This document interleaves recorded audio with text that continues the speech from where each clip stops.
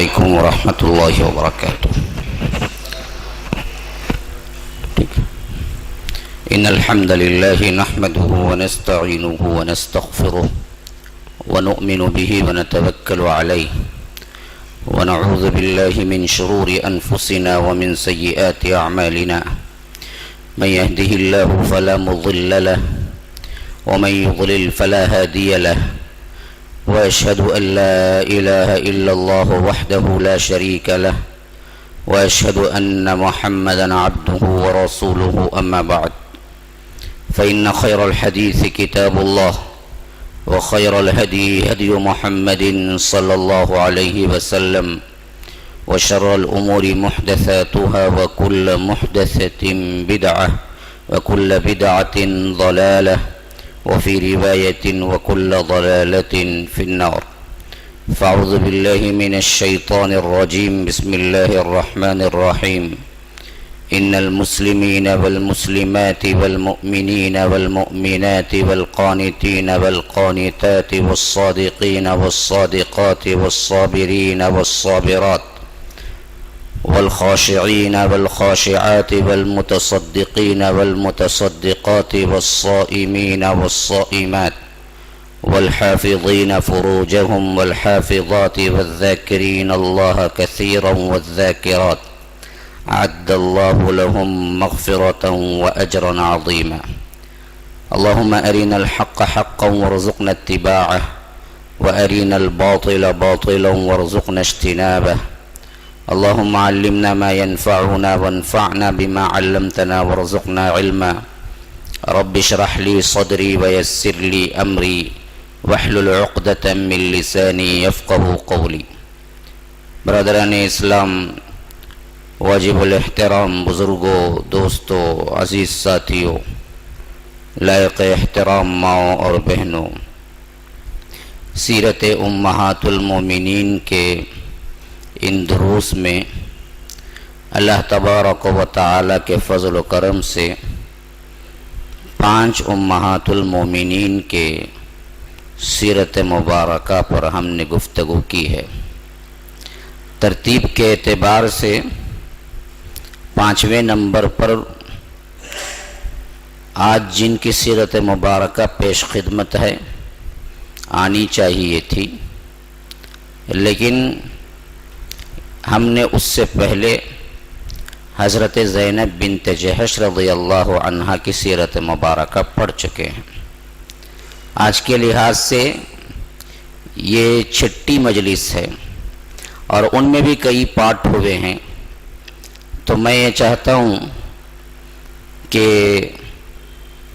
جن کے ہم نے سیرتیں پڑھی ہیں کم از کم ان کا ایک مراجعہ ہو جائے، تاکہ ایک درس کا انداز بھی رہے اور آپ لوگوں کے ذہن میں بھی بات رہے کہ نام کی حیثیت سے اور ترتیب نکاح کے اعتبار سے دونوں چیزیں بھی محفوظ ہو جائیں کہ اللہ کے رسول صلی اللہ علیہ وسلم نے پہلا نکاح جن سے کیا تھا وہ امّ خدیجۃ الکبریٰ ہیں، یہ زیادہ تر سب کو معلوم ہے، اور دوسرا نکاح جن سے کیا تھا کسی کو معلوم ہے؟ جی، سودا بنت زمعہ، یہ دوسرا نکاح کیا تھا جبکہ حضرت خدیجہ رضی اللہ عنہا کی وفات ہو چکی تھی۔ یوں سمجھیے کہ 10 نبوت رمضان المبارک میں وفات ہوئی، تو 11 نبوت کے زمانے میں اللہ کے رسول صلی اللہ علیہ وسلم نے حضرت سودا بنت زمعہ سے شادی کی، یہ دوسری شادی ہوئی۔ پھر تیسری شادی اماں عائشہ رضی اللہ عنہا سے ہوئی، لیکن رخصتی بدر کے موقع پر ہوئی۔ پھر چوتھی شادی حضرت حفصہ سے ہوئی جو کہ حضرت عمر کی بیٹی ہے۔ پھر اس کے بعد زینب بنت خزیمہ سے ہوئی جن کا آج ذکر ہے۔ زینب بنت جحش 5 ہجری میں ہوئی، وہ انشاءاللہ ترتیب کے اعتبار سے بعد میں آئے گا، حالانکہ ہم پڑھ چکے ہیں۔ تو بالترتیب یہ 5واں نمبر ہے، اور اس سلسلے میں ایک بات ذہن میں رکھ لینا چاہیے، وہ یہ کہ اس وقت جب اللہ کے رسول صلی اللہ علیہ وسلم حضرت زینب سے شادی کیے تو اللہ کے رسول صلی اللہ علیہ وسلم کی بیک وقت موجودہ 4ویں بیوی تھی، موجودہ اس وقت کے لحاظ سے، کیونکہ حضرت خدیجۃ الکبریٰ وفات پا گئی تھی تو اس وقت سودا نکاح میں تھی رضی اللہ عنہا، اور حضرت عائشہ نکاح میں تھی رضی اللہ عنہا، پھر اسی طرح حفصہ نکاح میں تھی رضی اللہ عنہا، اب یہ چوتھے نمبر پر حضرت زینب بنت خزیمہ آ رہی تھی جن کا آج درس ہے۔ تو 4 بیک وقت جو رکھ سکتا ہے شریعت اسلامیہ میں وہی 4واں نمبر تھا، لیکن پھر اس کے بعد اللہ کے رسول صلی اللہ علیہ وسلم نے ام سلمہ سے کی، ام حبیبہ سے کی، اور اسی طرح کیا ہے جویریہ سے کی، میمونہ سے کی، اور اسی طرح کیا ہے زینب بنت جہش سے کی۔ اب یہ دراصل یہ بھی اسی وقت تھے جب یہ بھی 4 موجود تھے۔ بیک وقت اللہ کے رسول صلی اللہ علیہ وسلم 9 ہجری 10 ہجری میں ہم دیکھتے ہیں کہ کل امہات المومنین جن سے اللہ کے رسول بیک وقت نکاح میں تھے ایک ہی وقت میں 9 بیویاں تھیں، 9 بیویوں سے زیادہ نہیں رہی۔ اور یہ معاملہ بھی ذہن میں آپ لوگوں کے اچھی طرح ہونا چاہیے کہ اسلام نے شادیوں کی اجازت عام مسلمانوں کو بیک وقت 4 کی دی ہے۔ فَانْكِحُوا مَا طَابَ لَكُم مِّنَ النِّسَاءِ مَثْنَىٰ وَثُلَاثَ وَرُبَاعَ، تم لوگ اپنی پسند کی اپنی مرضی سے کسی سے بھی آپ کو کیا شادی کرنا ہے تو کرو، 2 سے کرو یا 3 کرو یا 4 کرو، 4 آخری حد ہے۔ جب یہ آیت اتر گئی تو اصحاب رسول اللہ صلی اللہ علیہ وسلم کے پاس بعضوں کے 6 تھے، بعضوں کے 8 تھے، بعضوں کے 10 تھے، تو ان سب کو اختیار کا مسئلہ دیا گیا اور بقیہ کو طلاق دینے کے لیے کہا گیا، جیسا کہ حضرت عمر رضی اللہ عنہ کہتے ہیں کہ جب یہ آیت اتری اس وقت میرے پاس 8 بیویاں تھیں، حضرت عمر نے 4 کا انتخاب کیا، 4 کو طلاق دے دی۔ ایک اور صحابی کہتے ہیں کہ جب یہ آیت اتری اس وقت میرے پاس 10 بیویاں تھیں، 4 کو میں نے رکھا، 6 کو ہم نے طلاق دے دی۔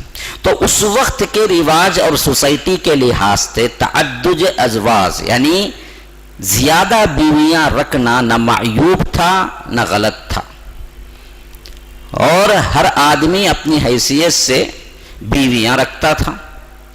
ایسے میں جب شریعت اسلامیہ اتری تو اسے حد لگائی۔ آج ہم اس حد کو 4 کو بھی دراصل کیا طنز کی نظر سے دیکھتے ہیں، اور اسلام پر سب سے بڑا کیا ہے دہشت گردی کا فلاں کا یہ سب مسائل کے ساتھ ساتھ یہ بھی دراصل کیا ہے طنز کرتے ہیں کہ یہ یہاں پر 4 شادیاں اسلام نے اجازت کیوں دی۔ بدبختوں کو پتہ نہیں ہے کہ جب اسلام نے 4 کی اجازت دی اس وقت پورے ماحول میں کوئی تعداد ہی مقرر نہیں تھی جو عورتوں کے ساتھ جو چاہے سلوک کرو، جتنی چاہے رکھو۔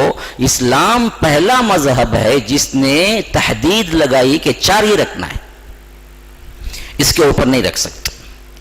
تب کہیں جا کے کیا ہے کہ اس سوسائٹی کے لحاظ سے، اور لطف دیکھیے جنہوں نے اعتراض کیا، خواہ وہ ہندو مت ہوں یا اگر دوسرے مذاہب کے ہوں، ان کے مذاہب میں خود تحدید نکاح نہیں ہے کہ تم اتنے ہی کرو، اسلام میں ہے، بقی کسی مذہب میں نہیں ہے۔ اور ان کی بیویوں کے اعتبار سے ہم دیکھتے ہیں کہ بہت سے ایسے ہیں جن کے پاس کیا ہے 100 بیویاں تھی، کروڑوں تھی، ہزاروں تھی، ان کے اپنے رامائن مہابھارت میں پڑے ہوئے ہیں۔ تو یہ لوگ اعتراض کرتے ہیں تو خود تو کیا ہے شیشے کے محل میں بیٹھے ہوئے ہیں اور دوسروں پہ سنگباری کرتے ہیں، پلٹ کے سنگباری کریں گے تو ان کا گھر چور چور ہو جائے گا، ان کو پتہ نہیں ہے، بیٹھے تو ہوئے ہیں شیشے کے محل میں۔ تو یاد رکھیے یہ چیز بالکل غلط ہے، اور اسلام کا نظریہ جو تھا وہ کبھی مفصل بحث ہوگی تو میں بتاؤں گا کہ یہ کتنا بینیفٹ تھا اور کیوں رکھا، لیکن اس میں ایکسکیوز تھا۔ کیا ایکسکیوز تھا؟ وہ تھا اللہ کے رسول صلی اللہ علیہ وسلم کو کہ آپ کے لیے یہ 4 کی حد نہیں ہے، آپ کے لیے یہ حد نہیں ہے. خالصۃ لک من دون المؤمنین، آپ کے لیے کوئی حد نہیں ہے، آپ چاہیں تو 4 سے زیادہ کر سکتے ہیں. لیکن ایک دوسری حد تھی، وہ حد یہ کہ جن سے آپ اس وقت شادی شدہ ہیں ان کو آپ طلاق نہیں دے سکتے. یہ حد ہمارے اوپر نہیں ہے. ہم جب بھی جس بیوی کو بھی چاہیں طلاق دے سکتے ہیں، لیکن اللہ کے رسول کو جب یہ کہا گیا کہ تم زائد بیویاں کر سکتے ہو، تو یہ بھی کہہ دیا گیا کہ جو بیویاں اب آپ کے نکاح میں ہیں ان بیویوں کو تم طلاق نہیں دے سکتے. تو کچھ حدود اللہ کے رسول صلی اللہ علیہ وسلم کے لیے خاص کیے گئے، اور یہ بھی دراصل اس واسطے کیے گئے کہ اس کے بھی منافع بہت زیادہ تھے اور ہیں، جس کی وجہ سے اللہ تبارک و تعالی نے یہ حکم دیا. اور اس وقت کے لحاظ سے یہ بھی معیوب نہیں تھا، یہ بھی معیوب نہیں تھا کہ سردار لیڈر اپنی حیثیت سے جو بھی ہے وہ 1 نہیں 2 نہیں 4 نہیں 5 نہیں کر سکتا تھا. تو اللہ کے رسول صلی اللہ علیہ وسلم کو یہ باقی اللہ کے رسول صلی اللہ علیہ وسلم کو دیا گیا. ایک بات ذہن میں رکھ. دوسری بات یہ ہے کہ اللہ کے رسول صلی اللہ علیہ وسلم نے جتنی شادیاں کی ہیں ان شادیوں میں زیادہ تر یا تو مطلقہ ہیں یا تو بیوہ ہیں. نوجوان باکرہ سے جس کی کوئی شادی نہ ہوئی ہو، صرف ایک عورت ہیں، ایک سے شادی کی جو حضرت عائشہ رضی اللہ عنہا ہے، جن کی پہلی شادی اللہ کے رسول صلی اللہ علیہ وسلم سے ہوئی. بقیہ جتنے بھی امہات المومنین آئی ان کی اللہ کے رسول صلی اللہ علیہ وسلم سے یا تو دوسری شادی تھی یا تو تیسری شادی تھی، یا تو بیوہ تھی یا تو مطلقہ تھی. اس حیثیت سے سب سے اہم بات جو ہمارے معاشرے میں آج ہمیں کہنے کی ضرورت پڑتی ہے وہ یہ کہ اللہ کے رسول صلی اللہ علیہ وسلم نے معاشرے میں مطلقہ کو اور بیوہ کو جو حیثیت دی جاتی تھی اور ان کے ساتھ جس طرح سلوک ہوتا تھا، انہیں منحوس سمجھا جاتا تھا، ان کی خاطر اور ان کے احساسات کو روندا جاتا تھا، ان کی خاطر مدارات نہیں کی جاتی تھی. تو اللہ کے رسول نے معاشرے کو یہ پیغام دیا کہ بیوہ کو اور مطلقہ کو میں نے خود شادی کر کے ان کی عزت افزائی کی ہے. تو معاشرے میں بیواؤں پر اور خاص کر ان لوگوں پر جو مطلقہ ہیں ان کی دوسری شادی کرنا یا کروا کے رکھنا بہت ہی مستحسن عمل ہے. اس کو معیوب اور اس کو کیا ہے غلط نظر سے دیکھنا اسلام کا فلسفہ نہیں ہے. اب یہ 2 باتیں ذہن میں رکھ لیجئے. اب آگے آئیے. جن کی زندگی مبارکہ آج آپ کے سامنے پیش خدمت ہے، ان کا نام نامی اسم گرامی زینب ہے، اور زینب کے اعتبار سے 2 زینب امہات المومنین میں آتے ہیں جن کی زندگی ہم پہلے پڑھے اور جن کی زندگی آج ہم پڑھ رہے ہیں. ان دونوں زینبوں کو ہم کیسے یاد رکھیں گے کہ 2 الگ الگ ہیں؟ تو ایک ہیں زینب بنت جہش، جہش جن کے والد ہیں وہ زینب جن کی 5ویں ہجری میں شادی ہوئی، اور ایک ہیں زینب بنت خزیمہ. تو یہ زینب کے والد صاحب کا نام خزیمہ ہے، خزیمہ ہے. یہ زینب خزیمہ والے، یہ زینب جہش والے. اچھا ایک بات. دوسری بات سب سے اہم چیز یاد رکھ لیجئے، اللہ کے رسول صلی اللہ علیہ وسلم کی زندگی مبارکہ میں ہی جن سے نکاح ہوئے ان میں سے صرف 2 ہی بیویاں وفات پائی، بقیہ سب کے سب اللہ کے رسول صلی اللہ علیہ وسلم کے وفات کے بعد وفات پائی. کتنے بیویاں اللہ کے رسول کی زندگی میں وفات پائی؟ 2. ان میں ایک تو بہت مشہور ہے، کون؟ اما خدیجۃ الکبریٰ. نمبر 2 پہ کون ہے؟ زینب بنت خزیمہ. باقی دوسری جن زینب ہے نا، زینب بنت جہش، وہ اللہ کے رسول صلی اللہ علیہ وسلم کے وفات کے بعد ہی. بقیہ سب بیبیاں اللہ کے رسول صلی اللہ علیہ وسلم کے وفات کے بعد. 2 بیبیاں جن میں ایک خدیجۃ الکبریٰ ہے، ایک زینب بنت خزیمہ ہے. اس حیثیت سے ڈیفرینشیٹ کر کے رکھ لینا چاہیے کہ زینب بنت خزیمہ وہ ہیں جو اللہ کے رسول کے حیات مبارکہ ہی میں انتقال فرما گئی. اب ان کی سیرت مبارکہ کے لحاظ سے بہت مختصر زندگی ہے، اور ہمیں تاریخ میں اس معاملے میں بہت ہی مختصر باتیں ہمیں ملتی ہیں، کیونکہ یہ درس ہے اور ساتھ ساتھ سیرت مبارکہ پر تقریباً کیا ہے 1 گھنٹہ تو پونا گھنٹہ تو میں بولتا ہوں، تو اس حیثیت سے اگر آپ اس کو 2 منٹ میں بولنا چاہیں تو یہ مکمل زندگی بول دے سکتے ہیں۔ زینب بنت خزیمہ رضی اللہ عنہا کے مختصر احوال ہی تاریخ میں ملتے ہیں، لیکن ان سے متعلقہ کچھ باتیں اگر ہم سن لیں گے تو وہ بہت زیادہ فائدہ مند ہوگا جو ان کی زندگی میں پیش آئی۔ تو اس حیثیت سے پہلی بات پیدائش ہے جن کو یاد رکھنا ہے۔ تقریباً یہ اللہ کے رسول صلی اللہ علیہ وسلم کے ہجرت کرتے وقت ان کی عمر 26 یا 27 کے قریب تھی ہجرت کے وقت۔ تو معلوم ہوا اللہ کے رسول صلی اللہ علیہ وسلم کی نبوت کے اعلان کے وقت کتنے رہے ہوں گے؟ 13 سال لیس کر لیجئے، 27 28 میں 13 لیس کریں تو کتنا ہوتا ہے بھی 13-14 سال کے۔ اور پھر اس کے بعد اللہ کے رسول صلی اللہ علیہ وسلم کے ہجرت مبارکہ کے بعد 4 سال زندہ رہے، تو 26 میں 4 ملا لیجئے، کل عمر ہی ان کی 30 سال تھی، کل عمر 30 سال میں وفات پا گئی۔ اب 30 سال میں جب وفات پائی ہیں تو اس وقت اللہ کے رسول صلی اللہ علیہ وسلم سے جو نکاح ہوا وہ دوسرا تھا۔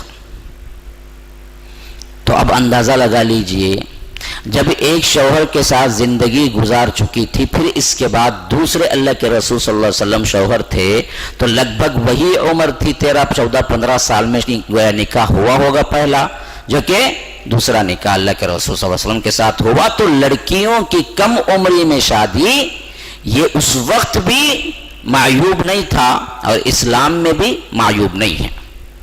یہ دراصل کیا ہے، یہاں کے یورپین کنٹریز کا لگایا ہوا فتنہ ہے کہ کم عمری کی شادی جو معیوب سمجھتے ہیں، ورنہ تو اسلام نے بھی اس کو معیوب نہیں سمجھا، اور اللہ کے رسول صلی اللہ علیہ وسلم کے دور مبارک میں بھی اس کو معیوب یا غلط نہیں سمجھا جاتا تھا۔ کم عمری میں شادی ہو سکتی ہے، اس بچی کی بھی شادی ہو سکتی ہے جس کو ابھی بڑی بھی نہیں ہوئی ہے، جس کو ہم بولتے ہیں کہ بڑی ہونا، بلوغت کے عمر کو نہیں پہنچی ہے، تو بھی اس کی شادی ہو سکتی ہے۔ ہاں، واللائی یئسن من المحیض من نسائکم، کہ جن لوگوں کو حیض آتا ہے ان کی شادیاں ہوئی تو ان کی عدت، اور واللائی لم یحضن، جن کو ابھی حیض آیا ہی نہیں ان کی بھی شادی ہو سکتی ہے، ان کی بھی عدت اللہ نے بیان کی، یعنی ان بیویوں کی عدت اللہ نے بیان کی جن کی حیض آنے سے پہلے شادی ہو گئی۔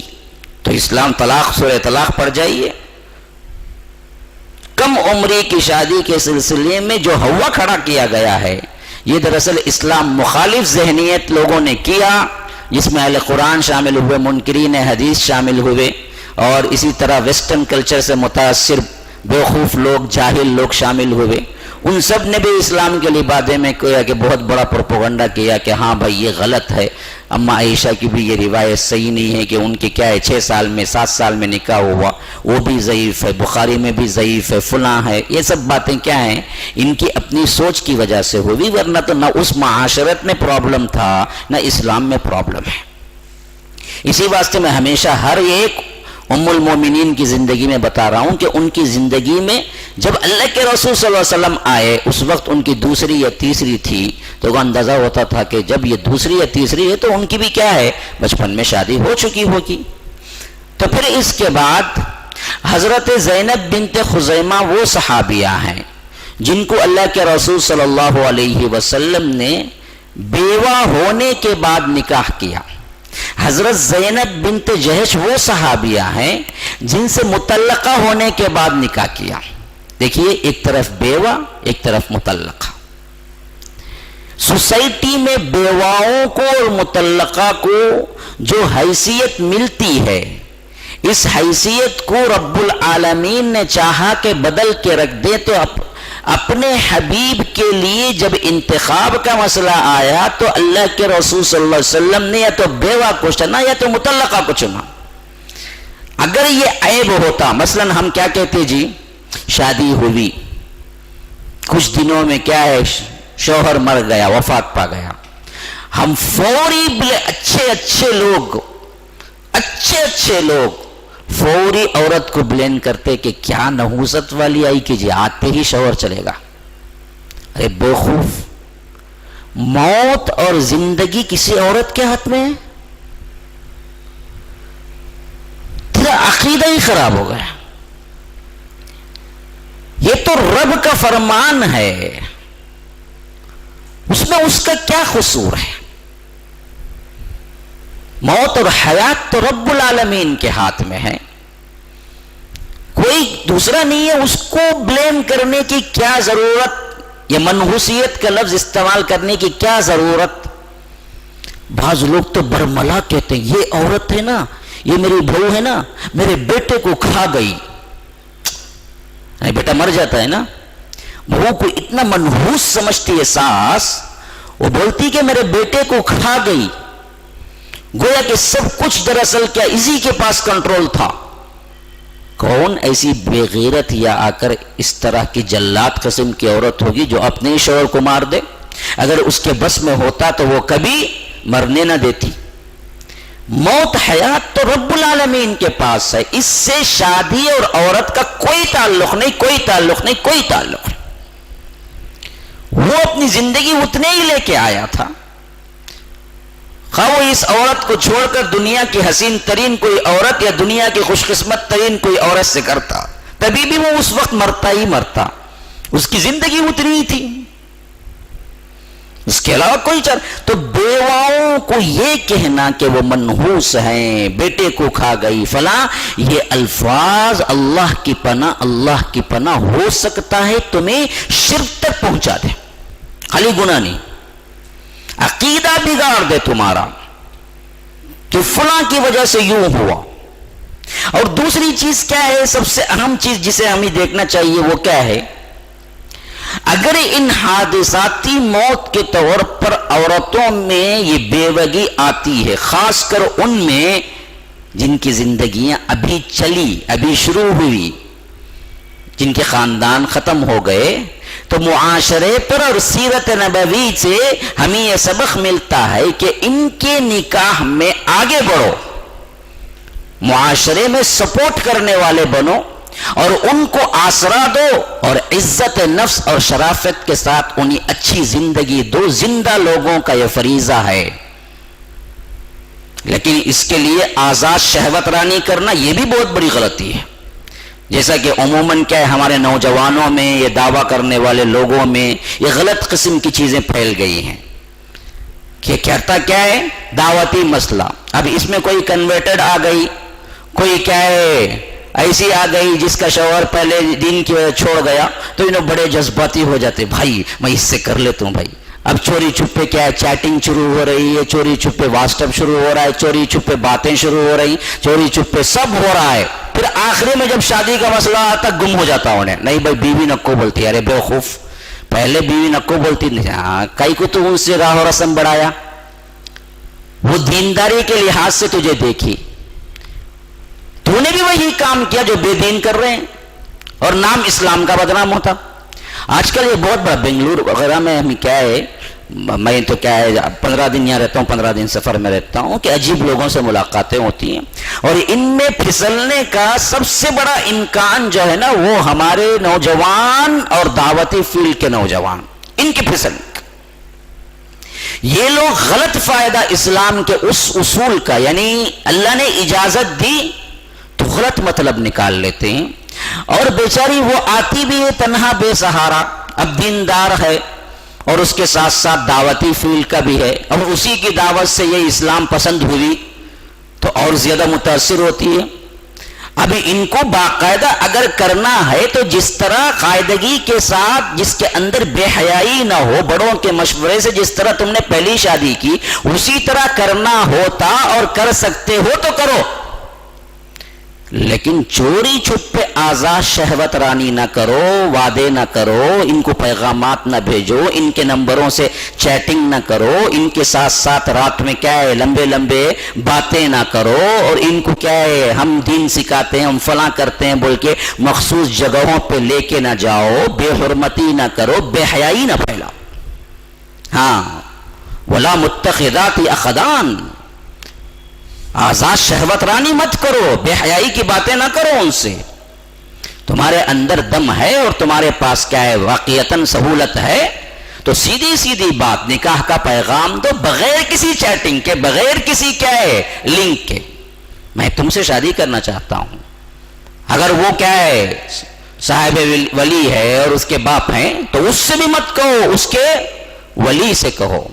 شادی ہو جانے کے بعد کوئی بھی لنک پیدا ہونا چاہیے، کوئی بھی تعلق پیدا ہونا چاہیے، لیکن لنک پیدا کر کے شادی کرنا سوائے بربادی اور اسلام کو بدنامی کے علاوہ کوئی آپ کو ہاتھ نہیں آئے گا.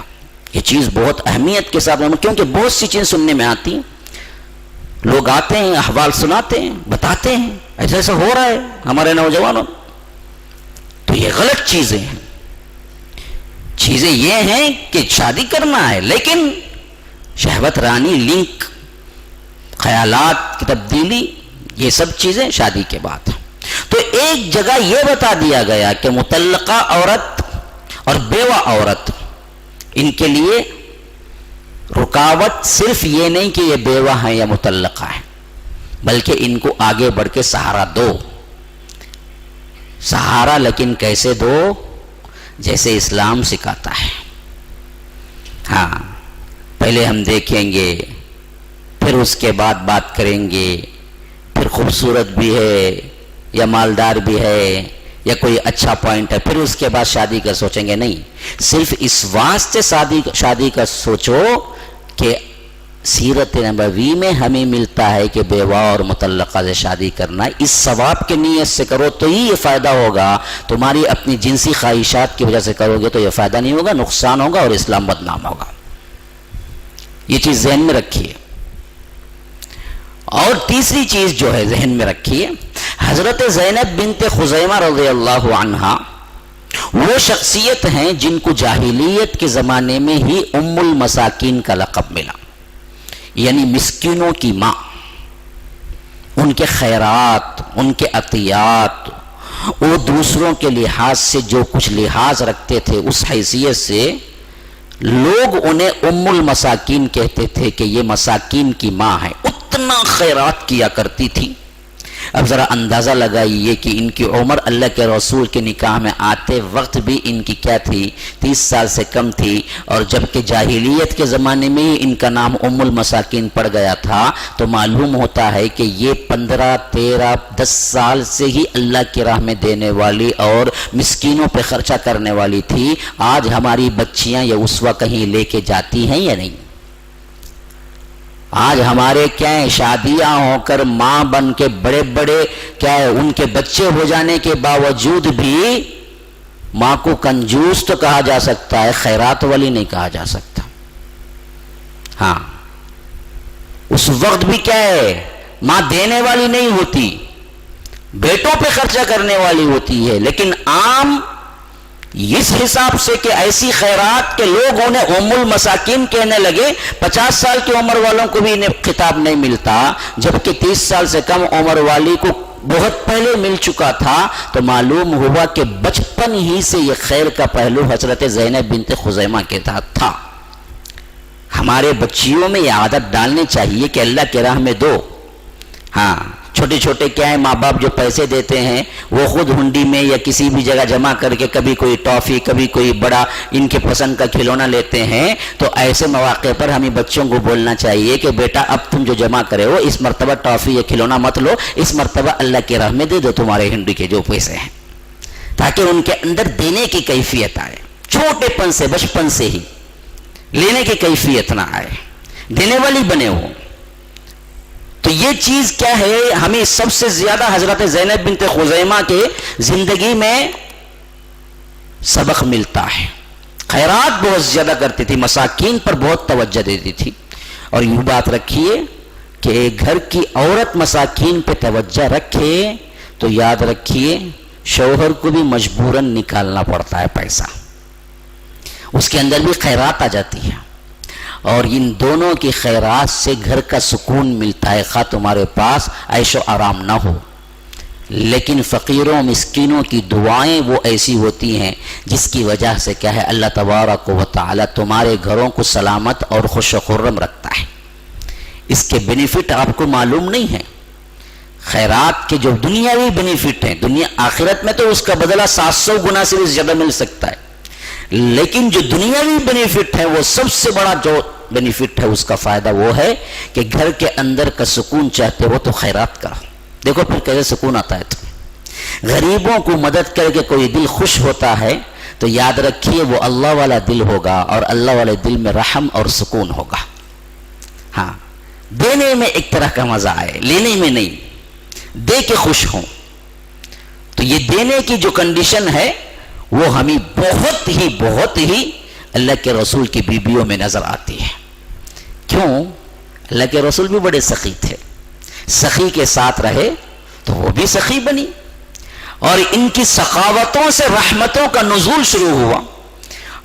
ہاں، امہات المومنین میں ایک ایک کے ہزاروں واقعات ہم پڑھ سکتے ہیں جو سخاوت کے بڑے نادر نمونے ہیں، لیکن کوئی امہات المومنین میں سے ایسی بیوی نہیں ہے جن کے بارے میں تم اشارہ کر کے کہو کہ یہ بخیل تھی، یہ جوڑ کے رکھتی تھی۔ 11 بیویاں لو، 11 بیویوں کی سیرت پڑھ جاؤ اور مجھے بتاؤ ان 11 بیویوں میں سے کون سائنس سینت کے رکھتے تھے اور مال جمع کرتے تھے؟ مجھے ایک نام بتاؤ۔ تو اللہ کے رسول نے اپنی بیویوں کو جو سکھایا وہ سخاوت تھی، اور سخاوت میں جب یہ لٹا دیا کرتی تھی تو اللہ کے رسول خوش ہوتے تھے، تنبیہ نہیں کرتے تھے تم نے یہ کیوں کیا؟ تو اسی وجہ شوہروں کو، آپ کو میں کہتا ہوں، کبھی تمہارے جیب سے پیسہ خالی اور آپ نے پوچھا بیوی سے کیا جی رکھا تھا نا 100 روپے دکھتے نہیں میں ایک فقیر آیا خیرات کر دی، کیا 100 روپے تھا؟ کیا تمہارے بہت بڑے لاڑا ہو گئی نا، تمہیں پوچھے بغیر کہیں کو دیے؟ نہیں، بولو بہت اچھا کیا، میں نے دیا، آپ نے دے دیا۔ ان کو چھوٹ دو، کھلی چھوٹ دینے میں، تاکہ سخاوت پلے بڑھے، کیونکہ سخاوت رحمت ہوتی ہے۔ اگر آپ کنڈیشن لگائیں گے، ہاں وہی ادھر ادھر خرچہ ہو گیا، بچے نے ضد کی یہ کھلونا لے کے دے دی، تو تنبیہ کرو، اسراف نہ کرو، ایک کھلونے سے کام چل سکتا ہے، 2 کھلونے کیوں ضرورت ہے، وہاں تنبیہ کرو۔ لیکن جب بیوی یہ بتائے کہ میں نے یہ اٹھا کے فقیر کو دی تھی، میں نے یہ اٹھا کے اسے خیرات میں دی تھی، تو تمہیں ڈانٹنے کی نہیں بلکہ خوش ہونے کی ضرورت ہے کہ آپ کی بیوی سقیہ ہے، آپ کی بیوی سخاوت کرنے والی ہے۔ مائیں بیٹیاں بھی سن رہی ہیں، اب سما سے کیا ہے، شوہروں کے جیب خالی، ایسے بھی نہیں، دیکھ سمجھ کے کرو، لیکن سخاوت کو پروان دو، یہ بہت بڑی صفت ہے۔ اللہ تعالیٰ بخیل سے کبھی راضی نہیں ہوتا، اور سخی گنہگار ہے تو بھی راضی ہو جاتا ہے۔ کہیں ایسا بھی ہوتا ہے کہ اس کی سخاوت کی وجہ سے وہ گنہگاری کو توبہ کر کے اللہ تبارک و تعالی کا نیک بندہ بن جاتا ہے، صرف سخاوت سے۔ ہاں، اس واسطے کہ سخاوت ایک ایسی چیز ہے جو رب سے قریب کرتی ہے، قربت ہوتی ہے رب سے، اور بخالت ایک ایسی چیز ہے جو رب سے دور کر دیتی ہے، اور شیطان اس کے اوپر جو چاہے اپنے جیسے جو آرڈر چاہے اس سے نکلواتا ہے۔ کیوں؟ بخیل جو ہے نا۔ تو یاد رکھیے سخاوت حضرت زینب بنت خزیمہ کا بہت بڑا زیور تھا، بہت خرچہ کرنے والی تھی، بہت دینے والی تھی، اور اللہ کے رسول صلی اللہ علیہ وسلم کے نکاح میں آنے کے بعد تو اور دیا، لیکن موقع ہی ملا نہیں، لمبی مدت ہی ملی نہیں۔ نکاح ہونے کے بعد روایتوں میں آتا ہے کہ یا تو 2 ماہ رہی، 3 ماہ کی ایک روایت آتی ہے، 4 ماہ کی ایک روایت آتی ہے، 6 ماہ کی ایک روایت آتی ہے، لیکن اصح ترین روایتوں میں یوں لگتا ہے کہ وہ تو 3 ماہ رہی یا تو 2 ماہ رہی بس نکاح میں، اس کے بعد وفات پا گئی۔ صرف اور صرف 3 یا 4 ماہ رہی، جن میں حضرت خزیمہ رضی اللہ عنہا نے اللہ کے رسول صلی اللہ علیہ وسلم کی ازدواجی زندگی گزاری۔ اب یہ کیسے ہوا یہ بھی ذہن میں رکھیے۔ ان کے پہلے شوہر کا نام ہے عبداللہ بن جہش، میں پہلے ہی بیان کر چکا ہوں۔ یہ زینب بنت جہش جو ہے نا، زینب بنت جہش ان کے بھائی ہیں عبداللہ بن جہش، ان سے نکاح ہوا. تو یہ بہت بڑے بہادر سپاہی ہیں اللہ کے فضل و کرم سے. تو انہوں نے جب اسلام قبول کیا تو اس راہ میں بہت پریشانیاں اٹھائی، اور جب مدینہ آنے کے بعد 2 ہجری میں بدر اور 3 ہجری میں احد ہوا. احد کے میدان میں حضرت عبداللہ بن جہش نے لڑتے ہوئے شہادت پائی. وہ غازی، ہاں وہ شہید کی بیوی تھی. اللہ کی راہ میں اپنے آپ کو قربان کر دیا. شہادت کے بعد جب اللہ کے رسول صلی اللہ علیہ وسلم کو معلوم ہوا کہ یہ بیوگی کی زندگی جھیل رہی ہے، تو اللہ کے رسول صلی اللہ علیہ وسلم نے انہیں پیغام بھیجا، عدت کے بعد میرے سے نکاح کر لو. اس میں اللہ کے رسول صلی اللہ علیہ وسلم کے زوجیت میں آئی حضرت زینب بنت خزیمہ. یہ 3 ہجری کا زمانہ تھا، اینڈنگ کا. تقریباً 3 مہینے رہی. 4 ہجری میں یہ وفات پا گئے. اور خوش قسمتی ان کی یہ تھی سب سے بڑی کہ اللہ کے رسول صلی اللہ علیہ وسلم نے خود ان کا نماز جنازہ پڑھایا تھا. جن کا نماز جنازہ اللہ کے رسول پڑھا دیں، پھر ان کی مغفرت کی فکر کیا ہے. یہ صرف اور صرف حضرت زینب بنت خزیمہ کے ہی حصے میں آیا، کسی اور بیوی کے حصے میں نہیں آیا. کیوں؟ حضرت خدیجۃ الکبریٰ جب وفات پائی اس وقت تک نماز جنازہ کا تصور نہیں تھا. ابھی وہ احکامات نازل نہیں ہوئے تھے، تو مکی زندگی تھی. اسی وجہ سے مکے میں مدفون ہوئی، وہاں کے عام قبرستان میں، جو آج کیا ہے آپ کو زیارہ کو جب لے جاتے ہیں وہ قبرستان دکھاتے ہیں جہاں خدیجۃ الکبریٰ کیا ہے مدفون ہے. لیکن جن کو مدینے میں وفات پانے کا شرف حاصل ہوا اور جن بیبیوں کو اللہ کے رسول نے خود نماز جنازہ، وہ صرف اور صرف ایک ہی ہے، وہ بنت خزیمہ ہے. اس کے اگلے بھی کوئی نہیں ہے، پچھلے بھی کوئی نہیں ہے. کیوں؟ بقیہ سب کے سب کیا ہے اللہ کے رسول صلی اللہ علیہ وسلم کی وفات کے بعد وفات پائی. یہ خوش قسمتی ان کو ملی. اور دوسری بات یہ ہے کہ جو قبرستان بقی ہے اس میں بھی دفن ہونے والی سب سے پہلی امہات المومنین میں سے پہلی خاتون تھی جو بقی کے قبرستان میں دفن ہوئی. کیونکہ اس سے پہلے ایک ہی بیوی کی وفات ہوئی اور وہ بیوی مکے میں ہوئی اور مکے میں ان کی تدفین ہوئی. اب بقیہ جتنے بھی ہوں گے یا ہوئے جو بقی میں قبرستان میں دفن ہوئی، حضرت عائشہ، سودا، اور اس کے بعد کیا ہے اسی طرح ام سلمہ، یہ سب بعد میں ہوئی. کوئی بقی میں ابھی تک نہیں پہنچا تھا سوائے حضرت زینب بنت خزیمہ کے، جن کو اللہ کے رسول صلی اللہ علیہ وسلم نے نماز جنازہ پڑھا کر اور انہیں کیا ہے دفن کیا.